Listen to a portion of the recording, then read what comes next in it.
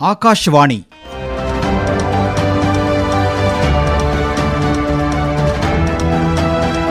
இன்றைய நிகழ்ச்சியில் வேளாண் உற்பத்தியில் நவீன தொழில்நுட்பங்கள், விவசாயிகள் விஞ்ஞானிகளின் அனுபவ பகிர்வு இடம்பெறுகிறது.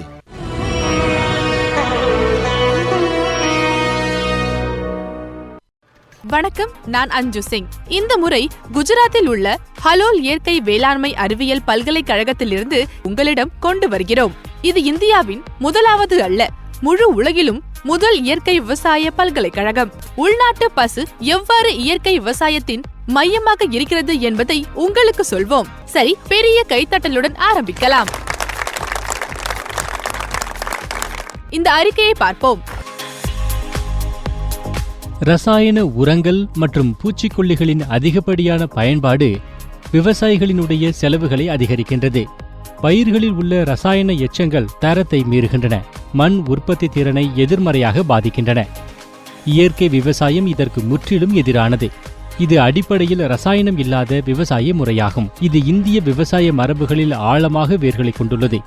இயற்கை விவசாயம் என்பது சுற்றுச்சூழல் ரீதியாக பன்முகத்தன்மை கொண்ட விவசாய முறையாக கருதப்படுகிறது.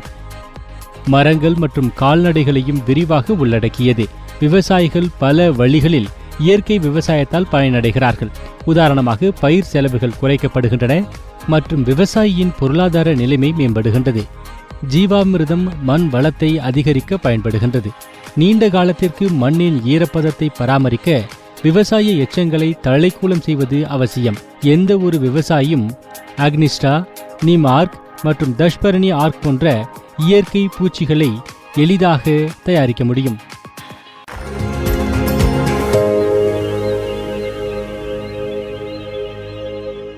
மண்ணிலிருந்து விளைபொருட்களை நாங்கள் தொடர்ந்து பிரித்தெடுக்கிறோம், ஆனால் அதை மீண்டும் ரீசார்ஜ் செய்யவில்லை. சரி, நாம என்ன செய்ய வேண்டும்? மேடையில் சிறப்பு விருந்தினர்கள் இருக்கிறார்கள், எனவே ஒவ்வொருவராக அறிமுகப்படுத்துவோம். பல்கலைக்கழகத்தின் துணைவேந்தர் டாக்டர் C.K. டிம்படியா எங்களுடன் இருக்கிறார். Director extension doctor R.A. குஜரும் எங்களுடன் இருக்கிறார். உங்களை வரவேற்கிறோம். டாக்டர் கோபால் வதோதரியா, இவர் ஆராய்ச்சி இயக்குனர். இந்த திட்டத்திற்கு உங்களை மிகவும் வரவேற்கிறோம். இயற்கை விவசாயம் என்றால் என்ன? இன்று குஜராத் இயற்கை வேளாண்மை அறிவியல் பல்கலைக்கழகம் குஜராத்துக்கும் நாட்டிற்கும் பெருமையாக மாறியுள்ளது. நமது பிரதமர் மாண்புமிகு நரேந்திர மோடி தொலைநோக்கு பார்வையால் நாட்டிலும் உலகிலும் முதல் இயற்கை வேளாண்மை பல்கலைக்கழகம் இங்கு நிறுவப்பட்டுள்ளது. இந்த மண்ணிலிருந்து இயற்கை வேளாண்மை பற்றிய செய்தியை பரப்ப இந்த திட்டத்தை ஏற்பாடு செய்த அனைவருக்கும் எனது நன்றியை தெரிவித்துக் கொள்கிறேன். இயற்கை வேளாண்மை என்பது வெறும் விவசாய முறை மட்டுமல்ல. இன்று காலநிலை மாற்றம், புவி வெப்பமடைதல் மற்றும் மக்களின் ஆரோக்கியம் ஆபத்தில் உள்ள நிலையில் இயற்கை வேளாண்மை ஒரு வாழ்க்கை முறையாக மாற வேண்டும். அது அப்படியே மாறியும் வருகிறது. இயற்கை வேளாண்மை என்பது ரசாயனமற்ற விவசாயம். இதைத்தான் விவசாய நாடான இந்தியாவில் நாம் கடைபிடிக்கிறோம். பசுமை புரட்சி முதல் ரசாயன வேளாண்மையின் விளைவுகள் வரை பல அம்சங்களை நாம் பார்த்தோம். இன்று நாம் எதிர்கொள்ளும் பாதகமான விளைவுகளிலிருந்து வெளியேற ஒரே வழி ரசாயனமற்ற விவசாயம், இயற்கை வேளாண்மைதான். பசுவின் சாண திரவத்தை பயன்படுத்தி ரசாயனங்களால் அழிக்கப்பட்ட நிலத்தின் வளத்தை மீண்டும் கொண்டு வரவும், விவசாயியை நல்ல வருமானம், செழிப்பு மற்றும் தற்சார்பு நோக்கி நகர்த்தவும் இது ஒரு சிறந்த இயற்கை விவசாய முறையாகும்.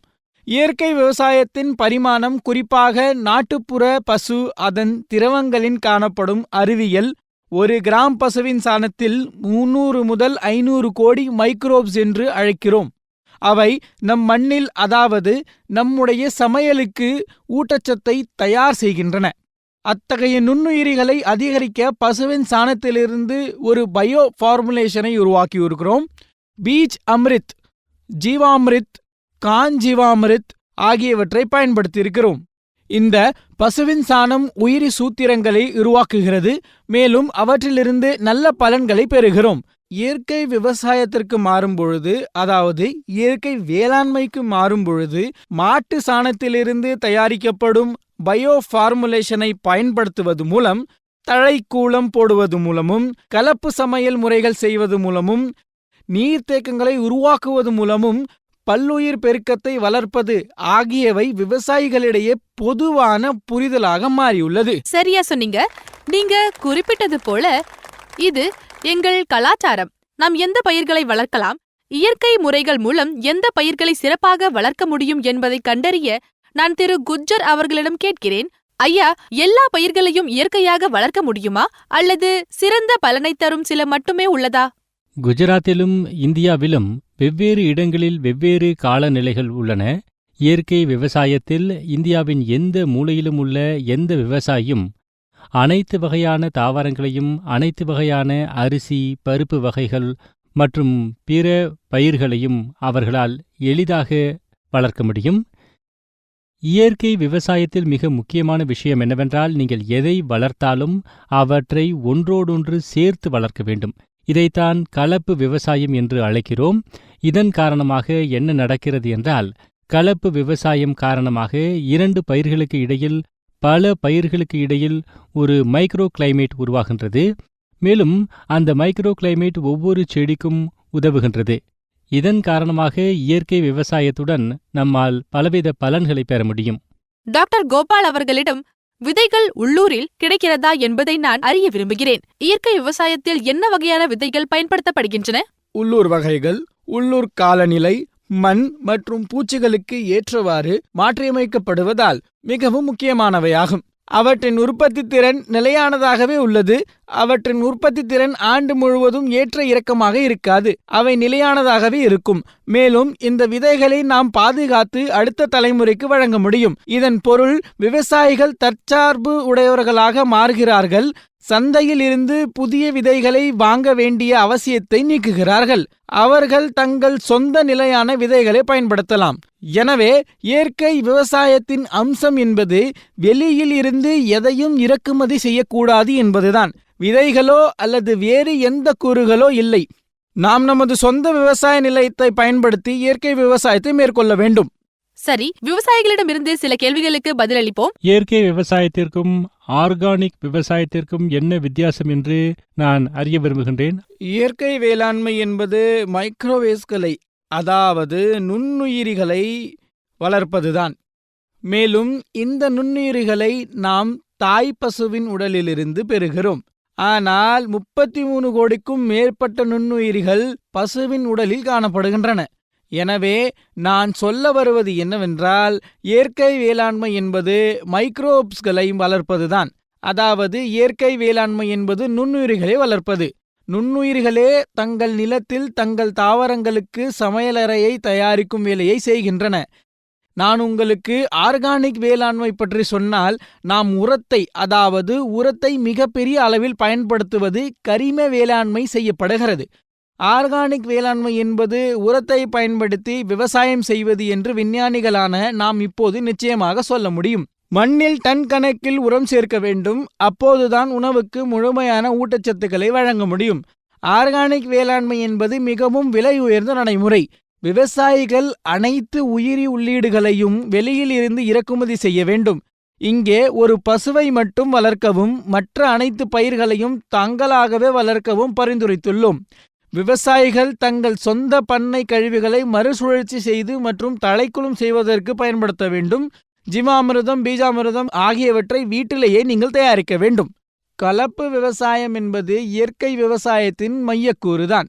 இவற்றை பற்றிய அறிவை பெற்று தொழில்நுட்ப பயிற்சி பெறுவதன் மூலம் மட்டுமே இந்த நடைமுறையை மேம்படுத்த முடியும். இதற்கு அதிக முதலீடு தேவையில்லை. இயற்கை விவசாயத்தில் ஒரு விவசாயி முழு முறையையும் பின்பற்றினால் அவரது பயிர் மகசூல் குறையாது. அதிக செலவுகள் இருந்தபோதிலும் இயற்கை விவசாயம் அவ்வளவு வருமானத்தை ஈட்டுவதில்லை. இயற்கை விவசாயத்தில் உழவு செய்ய வேண்டிய அவசியமும் இல்லை. இயற்கை விவசாயம், உழவு, ஒற்றைப்பயிர் சாகுபடி மற்றும் கலப்பு பயிர் சாகுபடி ஆகியவை அடங்கும். இவைதான் வேறுபாடுகள். இயற்கை விவசாயத்திற்கும் ஆர்கானிக் விவசாயத்திற்கும் மிகப்பெரிய வித்தியாசம் உள்ளது என்று நான் நிச்சயமாக சொல்ல விரும்புகிறேன். ஆமா, நிச்சயமாக. டாக்டர் குஜர், நான் உங்களிடம் கேட்க விரும்புகிறேன், இந்த வாப்சா என்றால் என்ன? இது இயற்கை விவசாயத்திலும் இருக்கு?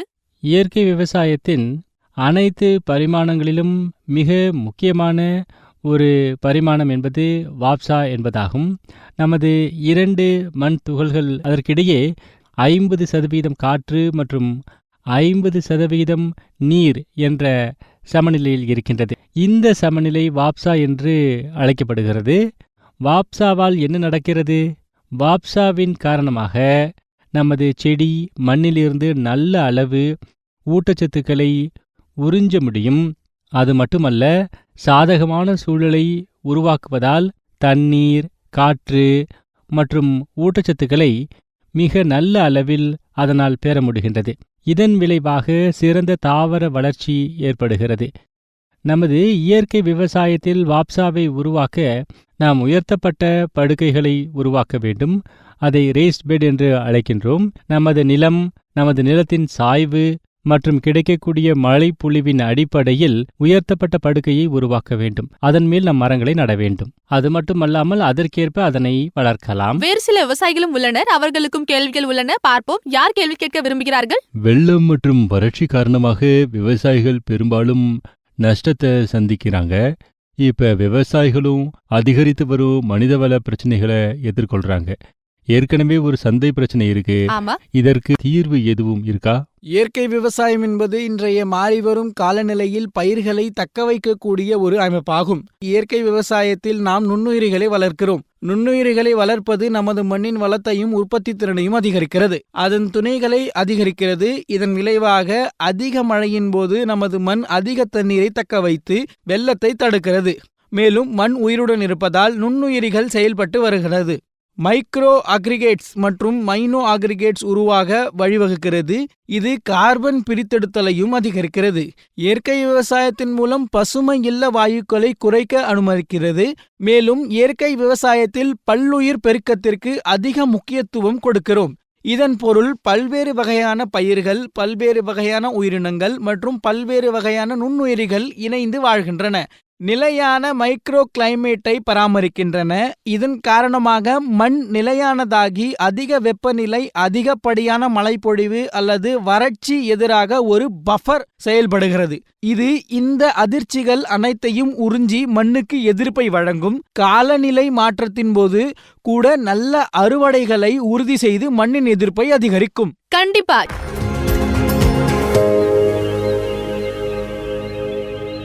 எங்கள் சிறப்பு விருந்தினர்களை உங்களுக்கு அறிமுகப்படுத்துகிறோம். டாக்டர் ரகுநந்தன் BL இணை ஆராய்ச்சி விஞ்ஞானி, பல்கலைக்கழகத்தின் உதவி ஆராய்ச்சி விஞ்ஞானி, திருமதி ரவீனா B. அமிபாரா, டாக்டர் அல்பேஷ் பிமானி, உதவி ஆராய்ச்சியாளர் விஞ்ஞானி. சார், உங்களையும் வரவேற்கிறோம். சார், எனது முதல் கேள்வி என்னவென்றால், நமது மண்ணில் இருக்கும் நுண்ணுயிரிகளை, கரிம பொருட்களை மீட்டெடுக்க அது எவ்வாறு ரீசார்ஜ் செய்யப்படுகிறது? இயற்கை விவசாயத்தில் நுண்ணுயிரிகளை பார்க்கின்றோம். அவற்றின் பயன்பாடு 2 அம்சங்களில் முக்கியமானது. முதலாவது, மண் ஆரோக்கியத்தை பார்த்தால் நுண்ணுயிரிகள் மண்ணின் கார்பன் கூறுகள், விவசாய எச்சங்கள், இலைகளை சிதைத்து தாவரங்களுக்கு கிடைக்கச் செய்வதில் மிகவும் முக்கியம். இரண்டாவதாக, இந்த நுண்ணுயிரிகள் மண்ணின் பிசிக்கல் ஸ்ட்ரக்சரை உருவாக்குவதில், அது மட்டுமல்ல மண்ணில் உயிரியல் சமநிலையை பராமரிப்பதிலும் பங்கு வகிக்கின்றன. இந்த மில்லியன் கணக்கான நுண்ணுயிரிகள் மண்ணில் இருக்கின்றன.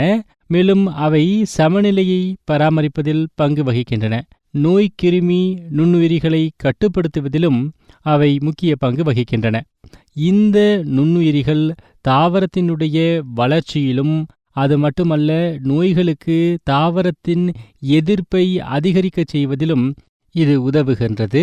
பாருங்கள், ஜீவாமிர்தம் என்ற வார்த்தை நன்றாக இருக்கிறது. அது வாழ்க்கையின் அமுதம் போல ஒலிக்கிறது. இயற்கை விவசாயத்தில் இது எப்படி தயாரிக்கப்படுகிறது? அது என்ன?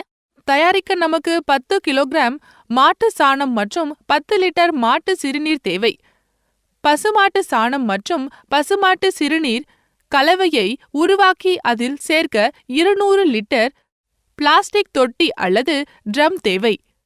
அதன் பிறகு 1.5 முதல் 2 கிலோகிராம் மாவு மற்றும் வேறு ஏதேனும் பருப்பு மாவு எடுக்க வேண்டும். 1.5 முதல் 2 கிலோ வெல்லமும் தேவை. நமது பண்ணையிலிருந்து அல்லது எந்த மரத்தின் அடியிலிருந்தும் சேகரிக்கக்கூடிய ஒரு கைப்பிடி உயிருள்ள மண்ணை நாம் எடுக்க வேண்டும். இந்த அனைத்து பொருட்களையும் சேர்த்து ஒரு குழம்பு தயாரிக்க வேண்டும். 200 லிட்டர் ட்ரம்மில் 180 லிட்டர் தண்ணீரை சேர்த்து நன்கு கலக்க வேண்டும். நிழலில் ஒரு டப்பால் மூடி 5 முதல் 6 நாட்கள் வரை சேமிக்கவும். ஒரு மார்க் குச்சியில் காலை மற்றும் மாலை ஒரு நாளைக்கு 2 முறை கிளறவும். அது ஆக்சிஜனை பராமரிக்கிறது. இது ஜீவாமிர்தம் இயற்கை விவசாயத்தின் மிக முக்கியமான அம்சம். பீஜாமிர்தம் தயாரிக்கும் போது ஏன் சுண்ணாம்பு பயன்படுத்துகிறோம் என்பதை நான் அறிய விரும்புகிறேன். பீஜாமிர்தம் தயாரிக்க பசுவின் சிறுநீரை பயன்படுத்துகிறோம். பசுவின் சிறுநீரில் குறைந்த அமிலத்தன்மை உள்ளது, மேலும் நொதித்தல் ஏற்படும்போது மேலும் குறைகிறது. உயிர்வேதியியல் செயல்முறை காரணமாக நுண்ணுயிரிகளின் அமிலத்தன்மை மேலும் குறைகிறது. இது நுண்ணுயிரிக்குள் உள்ள குறிப்பிட்ட பாக்டீரியாக்களுக்கு அதிக அமிலத்தன்மை அளவு, கார pH அளவு தேவைப்படுகிறது. எனவே pH அளவை நிலைப்படுத்த சுண்ணாம்பு பயன்படுத்தப்படுகிறது. இதனால் 7க்கும் மேல் pH அளவு பராமரிக்கப்படுகிறது. இப்போது டாக்டர் ரகுநந்தன், இயற்கை விவசாயத்தில் சப்த தானிய பயன்பாடு பற்றி நான் உங்களிடம் கேட்க விரும்புகிறேன். ஜீவாமிர்தம், அதன் பயன்பாடு என்ன? சப்ததானிய முளைச்சாறு என்பது தெளிப்பதற்கு பயன்படுத்தும் பயோ ஃபார்முலேஷன் ஆகும். சப்தம் என்றால் 7. எனவே 7 தானியங்களை பயன்படுத்தி தயாரிக்கப்படும் ஒரு உயிரியல் ஒரு ஃபார்முலாவாகும். எனவே 7 தானியங்கள் கருப்பு எள், கடலை, உளுத்தம்பருப்பு, பயறு, கோதுமை மற்றும் கொண்டைக்கடலை, சப்ததானியா முளை சாறு 7 வகையான தானியங்களை பயன்படுத்தி தயாரிக்கப்படுகிறது. இது வெவ்வேறு தாவர இனங்கள் மற்றும் வெவ்வேறு நிலைமைகளுக்கு தெளிக்கப்படுகிறது. எனவே நீங்கள் சப்ததானியா முளைச்சாற்றை பயன்படுத்தினால் தானியங்களின் பளபளப்பு என்பது அதிகரிக்கிறது. மேலும் சப்ததானியா முளை பயன்படுத்துவதால் பழங்களின் சுவை என்பது இது மிகவும் அதிகரிக்கின்றது. அது மட்டுமல்ல, பழம் மற்றும் தானியத்தில் உதிர்தல் என்பது நின்று விடுகின்றது. விவசாயிகளின் கேள்விகளை கேட்போம். வேறு யாராவது கேள்வி கேட்க விரும்புகிறீர்களா? ஜீவாமிர்தத்தை தயாரித்ததுக்கு அப்புறம் எத்தனை நாட்களுக்கு பயன்படுத்தலாம்? எவ்வளவு காலம் பயன்படுத்தலாம்? அதன் அடுக்கு வாழ்க்கை எவ்வளவு? நாம் ஜீவாமிர்தத்தை தயாரிக்கும் போது அது பருவத்தை பொறுத்தது. 6 முதல் 7 நாட்களில் அல்லது 5 முதல் 6 நாட்களில் கூட தயாராகிவிடும். குளிர்காலத்தில் அதை தயாரிப்பது அவ்வளவு விரைவாக இருக்காது. அதை தயாரிக்க 7 முதல் 8 நாட்கள் ஆகும். அப்போதுதான் அதை 3 முதல் 4 நாட்களில் பயன்படுத்த முடியும். நாம் எவ்வளவு சீக்கிரம் அதை பயன்படுத்துகிறோமோ அவ்வளவு நன்மைகள் நமக்கு கிடைக்கும். டாக்டர் ரவீனா, நாம் விவசாயிகள் அடிக்கடி விதை அமிர்தம் பற்றி கேள்வி கேட்பார்கள். அது என்ன?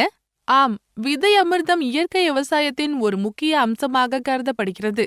ரசாயன விவசாயத்தில் விவசாயிகள் விதைகள் மிகவும் தீங்கு விளைவிக்கும் ரசாயனங்களுடன் பதப்படுத்துவதை நாம் காண்கிறோம். ஆனால் இயற்கை விவசாயத்தில் விதைகளை விதை அமிர்தத்துடன் பதப்படுத்துகிறோம். இதை விவசாயிகள் தங்கள் பண்ணையில் எளிதாக தயாரிக்கலாம். இதில் பசுவின் சாணம், பசு சிறுநீர் மற்றும் சுண்ணாம்பு ஆகியவை அடங்கும். விதைகள் ஆரம்ப கட்டத்தில் இருக்கும்போது எந்த ஒரு பயிரும் மென்மையானது, மேலும் அதற்கு அதிக கவனிப்பு தேவைப்படுகிறது. எனவே விதையை பீஜ் அமிர்தத்துடன் பயன்படுத்திய பிறகு விதையின் முளைப்பு திறன் அதிகரிக்கிறது. ஆரம்ப கட்டத்தில் பயிரை தாக்கும் நோய் கிருமிகள் ஓரளவுக்கு நமக்கு பயனளிக்கின்றன. அதை குறைக்கலாம். ஒரு நாள் முன்பு எள்ளை ஊற வைப்பதற்கான காரணம் என்ன என்று நான் உங்களிடம் கேட்க விரும்புகிறேன். கருப்பு எள்ளில் முளைக்கும் செயல்முறை சிறிது நேரம் எடுக்கக்கூடியது. அதனால்தான் அதை 24 மணி நேரம் இதனை நாம் ஊற வைக்க வேண்டும். நீங்கள் அதை 24 மணி நேரம் ஊற வைத்தால் முளைக்கும் செயல்முறை என்பது அது மிக வேகமாக நடக்கும். இதன் காரணமாக எள்ளின் ஊட்டச்சத்துக்கள் செடிக்கு விரைவாக கிடைக்கும். ஆமா. இப்போது சார், நான் உங்களிடம் கேட்க விரும்புகிறேன். கனாமிர்தமும் உள்ளது. அது என்ன? அதை எப்படி பயன்படுத்த வேண்டும்? கனாமிர்தம் என்பது ஜீவாமிர்தத்தின் ஒரு உலர்ந்த வடிவமாகும். இது உள்ளூர் பசுவின் உலர்ந்த மாட்டு சாணத்தை பயன்படுத்துகிறது. இதை தயாரிக்க 1.5 அடி உயரமுள்ள உலர்ந்த மாட்டு சாணத்தால் ஒரு படுக்கையை உருவாக்கவும். இந்த படுக்கையின் நீளம் மற்றும் அகலம் எதுவாக இருந்தாலும் இருக்கலாம். இருப்பினும் படுக்கை 1.5 அடி உயரமாக இருக்க வேண்டும் என்பதை நினைவில் கொள்ளுங்கள். இந்த படுக்கையை நேரடி சூரிய ஒளி மற்றும் தண்ணீரிலிருந்து விலகி நிழலில் செய்ய வேண்டும். இந்த படுக்கையை உருவாக்கிய பிறகு மரத்தால் 1 அடி இடைவெளியில் ஜிக்ஸாக் வடிவத்தில் துளைகளை உருவாக்கவும். இப்போது இந்த துளைகளை 100 கிலோகிராம் உலர்ந்த மாட்டு சாணத்துடன் கலந்த 20 முதல் 30 லிட்டர் ஜீவாமிர்தத்தால் நிரப்பவும். அதன் பிறகு இந்த ஜீவாமிர்தம் முழு படுக்கையிலும் பரவும். 7 நாட்களுக்கு அதை அப்படியே விட்டுவிடவும். பின்னர் அதை பொடியுடன் கலக்கவும். இப்பொழுது 7 நாட்களுக்கு பிறகு 2வது முறையாக இந்த முறையை மீண்டும் செய்வோம். மீண்டும் அதே அளவிலான ஒரு படுக்கையை உருவாக்கி 100 கிலோகிராம் உலர்ந்த மாட்டு சாணத்திற்கு 20 முதல் 30 லிட்டர் ஜீவாமிர்தத்தை சேர்த்து மேலும் 7 நாட்களுக்கு அப்படியே வைக்கவும். பின்னர் நாம் அதை கலந்து ஜீவாமிர்தமாக பயன்படுத்தலாம். மேலும் கார்ன் ஜீவாமிர்தம் என்பது DAP டைமோனியம் பாஸ்பேட் என்றும் அழைக்கப்படுகிறது. இது எருவை போலவே விதைகளை விதைப்பதற்கு முன் 1 ஏக்கருக்கு குறைந்த 1 டன் மண்ணில் இடலாம். ரகுநந்தன் அவர்களே, உள்நாட்டு பசு இயற்கை விவசாயத்தின் முக்கிய அம்சமாகும். அதன் சாணம் மற்றும் சிறுநீரை பயன்படுத்துவது இயற்கை விவசாயத்திற்கு ஒரு வரப்பிரசாதம் என்று கூறப்படுகிறது. இதை எங்கள் பார்வையாளர்களுக்கும் எங்கள் விவசாயிகளுக்கும் விளக்க முடியுமா? நுண்ணுயிரிகள் பசுவின் சாணத்தில் பல கூறுகள் இருக்கின்றன. நீங்கள் பசுவின் சாணத்தை தரையில் மண்ணில் போடும்போது அது ஊட்டச்சத்துக்களை அது உற்பத்தி செய்கின்றது. இதன் காரணமாக மண்ணில் உள்ள நுண்ணுயிரிகள் என்பது அது பெருகக்கூடியதாக இருக்கின்றது. இந்த பசுவின் சாணத்தால் குறிப்பிட்ட நுண்ணுயிரிகள் என்பது அதிகரிக்கத்தான் செய்கின்றன. Nitrogen, phosphorus, potassium, calcium, magnesium என்ற பல்வேறு வகையான தாதுக்கள் இருக்கின்றன. இது தாவரத்திற்கு என்ன தேவைப்பட்டாலும் இந்த தாதுக்கள் அனைத்தும் பசுவில் சிறுநீரில் இருக்கின்றன. இது தவிர நாட்டு மாட்டின் அந்த கோமியம், எனவே இதை பூச்சிக்கொல்லி மற்றும் பூஞ்சை கொல்லியாகவும் நாம் இதனை தொடர்ச்சியாக பயன்படுத்தலாம்.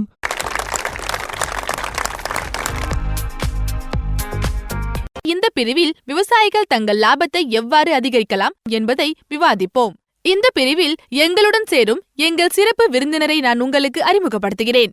டாக்டர் SP தேஷ்முக், அம்ரேலி முதல்வர், டாக்டர் PH நாய்க்கா சார், முதல்வர் மற்றும் டீன் CNF, டாக்டர் தாரா R பிரஜாபதி, உதவி புரொஃபசர் CNF. ஒரு விவசாயி இயற்கையுடன் இணைய விரும்புகிறார். இயற்கை விவசாயம் எவ்வாறு லாபத்தை அதிகரிக்கும்? இயற்கை விவசாயம் ஒரு புதிய முறை அல்ல, செலவு மிகவும் குறைவு. உதாரணமாக எங்கள் சோதனைகளை பற்றி நான் பேசினால், நாங்கள் செய்யும் இயற்கை விவசாயம் ரசாயன விவசாயத்துடன் ஒப்பிடும்போது உங்கள் செலவுகளை 2.5 மடங்கு குறைக்க முடிகின்றது. இந்த விவசாயத்தில் மகசூல் ரசாயன விவசாயத்தைப் போலவே 100% இருக்கும்.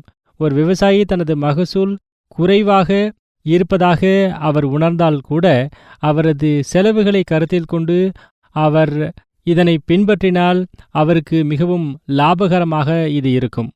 சார், உங்களிடம் எனது கேள்வி என்னவென்றால், நாங்கள் இயற்கை விவசாய விளைபொருட்களை உற்பத்தி செய்கிறோம், ஆனால் அதை எவ்வாறு சந்தைப்படுத்துவது? இன்றைய உலகில் நாம் இணையலை அப்படின்னா நம்ம பின்தங்கிடுவோம். நகரத்தில் இருக்கிறவங்களுக்கு இயற்கை உணவு தேவை, அவர்களுக்கு அது கிடைக்கிறதில்ல. எனவே நமது விவசாயிகள் சோஷியல் மீடியாவில் தீவிரமாக இருந்தால், இப்போல்லாம் நிறைய சோஷியல் மீடியாவில் பார்க்க முடிகின்றது. தூர்தர்ஷன் கிசான் ஃப்ரீயாக கிடைக்கிது, இதை அனைவரும் தொடர்ந்து பார்க்கணும். நம்ம சொந்த கிராமங்களை சேர்ந்த பலர் நகரங்களில் குடியேறி இருக்கிறாங்க. அந்த மக்களுக்கும் இயற்கை உணவு தேவை.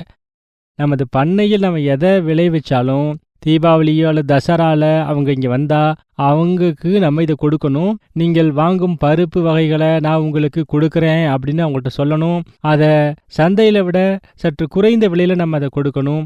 இதன் மூலமாக இது சந்தை மதிப்பை விட சற்று குறைவாகத்தான் இது இருக்கும். இப்படி இந்த வழிகளில் நாம இதனை அவங்கள்ட்ட கொடுக்கணும். தேவை உள்ள இடங்களுக்கு மட்டுமே இதை நம்ம கொடுக்கணும். லாபத்தை பொறுத்தவரை விவசாயியாக இருந்தாலும் சரி, நுகர்வோராக இருந்தாலும் சரி, அனைவரும் இதை மிகவும் விரைவாக புரிந்து கொள்கிறார்கள். இயற்கை விவசாயம் மட்டுமல்ல, எந்த ஒரு விவசாயத்திலும் ஏற்படும் பூச்சிகள் மற்றும் நோய்களை எவ்வாறு தடுப்பது என்பதை நீங்கள் எங்களுக்கு விளக்க முடியுமா?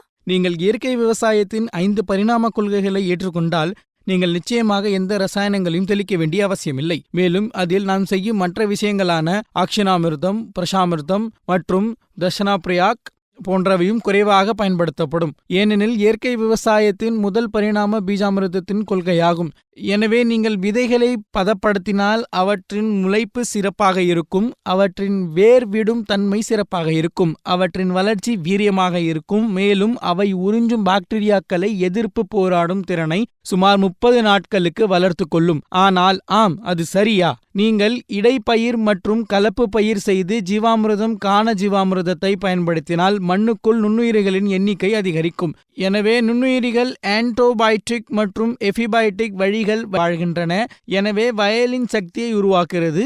இதனால் ஆற்றல் எதிர்ப்பு சக்தியும் அதிகரிக்கிறது. நிமாஸ்திரம், பிரம்மாஸ்திரம், அக்னியாஸ்திரம் போன்ற பல்வேறு வகையான கலவைகள் உள்ளன. இதன் மூலம் நீங்கள் பூச்சிகளை விலக்கி வைக்கலாம். டாக்டர் பிரஜாபதி, இயற்கை முறைகளை பயன்படுத்தி வளர்க்கப்படும் பயிர்களுக்கு நோய் மேலாண்மை எவ்வாறு செய்யப்பட வேண்டும் என்பதை ரசாயன விவசாயத்திலிருந்து இயற்கை விவசாயத்திற்கு மாறினால் விவசாயியின் வயல்களில் கிடைக்கும் நீமாஸ்திரா, பிரம்மாஸ்திரா, அக்னி அஸ்திரா, சோட்டாஸ்திர, தஷ்பரணி ஆர்க் மற்றும் கட்டி லஸ்ஸி போன்றவையும் பயன்படுத்தலாம். இவை அனைத்துமே விவசாயிகளின் வயல்களில் கிடைக்கும்.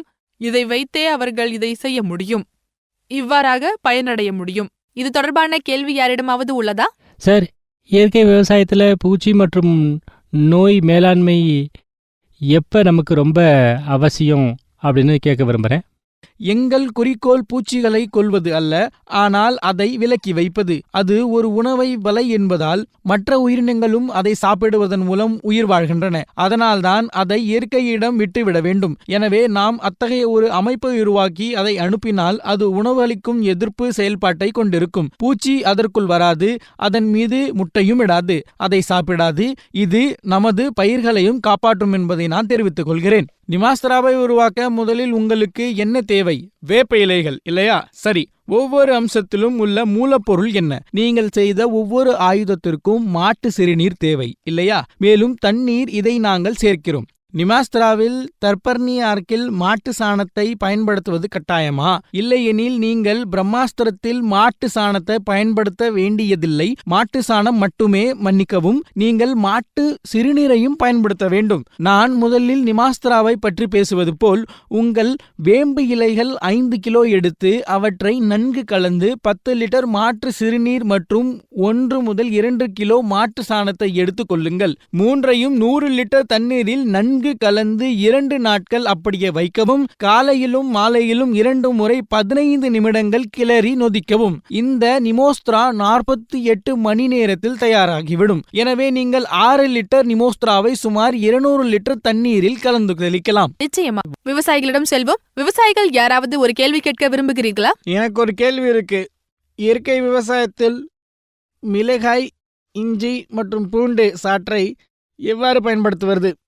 இதற்காக சுமார் 9 கிராம் மிளகாய் மற்றும் இஞ்சி மற்றும் 18 கிராம் பூண்டு ஆகியவற்றை எடுத்து அவற்றை அரைத்து ஒரு துணியில் வடிகட்டி பின்னர் இந்த கலவையை சுமார் 100 லிட்டர் தண்ணீரில் கலக்கவும். இந்த கரைசலை பூஞ்சை கொல்லியாகவும் உறிஞ்சும் பூச்சிகளை நிர்வகிக்கவும் முழுமையாக பயன்படுத்தலாம். இதை குறிப்பாக காய்கறி மற்றும் தோட்டக்கலை பயிர்களில் பயன்படுத்தலாம். நிச்சயமாக மேடம். இன்னொரு விஷயம் என்னவென்றால் சோட்டாஸ் தரவும் பயன்படுத்தப்படுகிறது. தாவர பாதுகாப்பில் இது எவ்வாறு முக்கியமானது? அது என்ன? ஆம், நிச்சயமாக. இந்த உலர் இஞ்சி பொடி நம் பெரும்பாலான வீடுகளில் பொதுவாக காணப்படுகிறது. உலர் இஞ்சியை தயாரிக்க சுமார் 100 கிராம் உலர் இஞ்சி பொடியை 100 லிட்டர் தண்ணீரில் நீர்த்து போக செய்து தண்ணீர் பாதியாக குறையும் வரை கஷாயத்தை கொதிக்க வைத்து பின்னர் அதை குளிர்விக்க வேண்டும். இப்போது மற்றொரு பாத்திரத்தில் 1 லிட்டர் பாலை எடுத்து அதை சூடாக்கி கிரீம் நீக்கி குளிர்விக்க வேண்டும். 2 மணி நேரத்திற்கு பிறகு இந்த 2 கலவைகளையும் ஒன்றாக கரைசலை உருவாக்க வேண்டும். பின்னர் இந்த கலவையில் 100 லிட்டர் தண்ணீரை சேர்த்து நன்றாக கலக்கவும். காய்கறி பயிர்களில் புள்ளிகள் தோன்றும் போது, குறிப்பாக இந்த உலர் இஞ்சியை பயன்படுத்தும் போது இந்த பூச்சிக்கொல்லி மிகவும் நன்றாக வேலை செய்கிறது. பூஞ்சை நோய்க்கு எதிரான ஒரு நல்ல தடுப்பு ஆகும். குஜராத்தின் இந்த நிலத்தில் இயற்கை விவசாயம் மூலம் இந்தியாவிற்கு ஒரு புதிய நம்பிக்கை பயிரிடப்படுகிறது. இது பொறுமையின் விவசாயம். இது இயற்கை விவசாயம்.